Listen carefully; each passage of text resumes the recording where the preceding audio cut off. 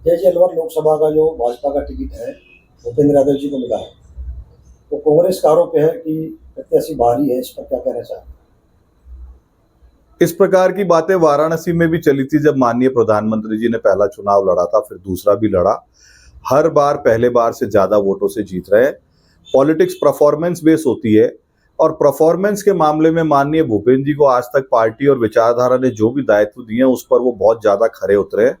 उनका परिवार, रिश्तेदार, नातेदार, मित्र मंडली सब हमारे अलवर के हैं और हमारा सौभाग्य है कि हमारे यहाँ पर इतने अच्छे, इतने गुणी और इतने व्यवस्थित नेता को टिकट दिया गया है।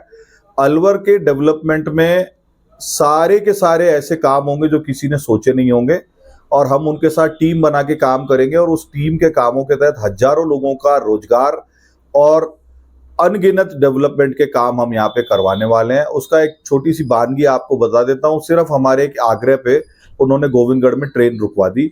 आज कम से कम भी 70-80 हजार, 1 लाख की आबादी ऐसी है उस पूरे क्षेत्र से जुड़ी हुई जिसको उसका सीधे सीधे लाभ मिलेगा।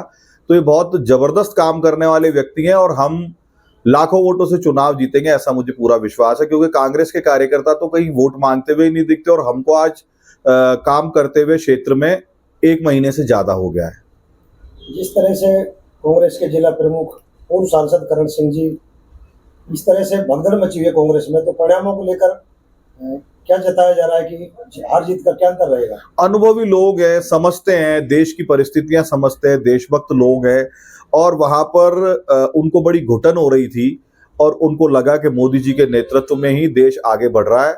आज हम बहुत टूटी फूटी इकोनॉमी से मात्र 10 साल में दुनिया की 5वीं बड़ी इकोनॉमी बन गए हैं। रोजगार के अनगिनत साधन आ गए हैं। माननीय मोदी जी सिर्फ क्षेत्र के विकास पर या देश के विकास पर मतलब आधारभूत ढांचे के विकास पर ही काम नहीं कर रहे हैं, वो लोगों के जीवन स्तर के विकास पर भी काम कर रहे हैं। उज्ज्वला योजना, जल जीवन मिशन, गांवों में जो किसानों ने खेतों में घर बनाए हुए थे वहां पर उन्होंने एक जीवन ज्योति योजना लाके पूरे भारत के 30 लाख किसानों के खेतों में घरेलू कनेक्शन जोड़ दिए। तो ऐसी तमाम योजनाएं हैं जिसको अगर हम समझें तो वो आम व्यक्ति के जनजीवन का विकास कर रही हैं, उनकी इकोनॉमी को, उनकी अर्थव्यवस्था को मजबूत कर रही हैं और उनके जीवन स्तर को उच्च कर रही हैं।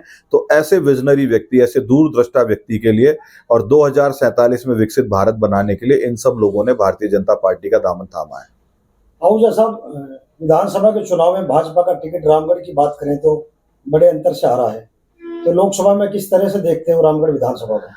देखिए, कई सारे षड्यंत्र राजनीति में चलते हैं। उन षड्यंत्रों के तहत भारतीय जनता पार्टी के एक बागी खड़े हुए और इस क्षेत्र की परिस्थिति ऐसी है कि मेव वोट बैंक एक तरफा मेव कैंडिडेट को जाता है और जब भी नॉन मेव कैंडिडेट 2 खड़े होंगे तो यहाँ पार्टी हारेगी। पहले भी ऐसा हुआ है, लेकिन अभी हमने सारे गिले शिकवे मिटाकर, मन मुटाव मिटाकर पार्टी को एक करने का काम किया है।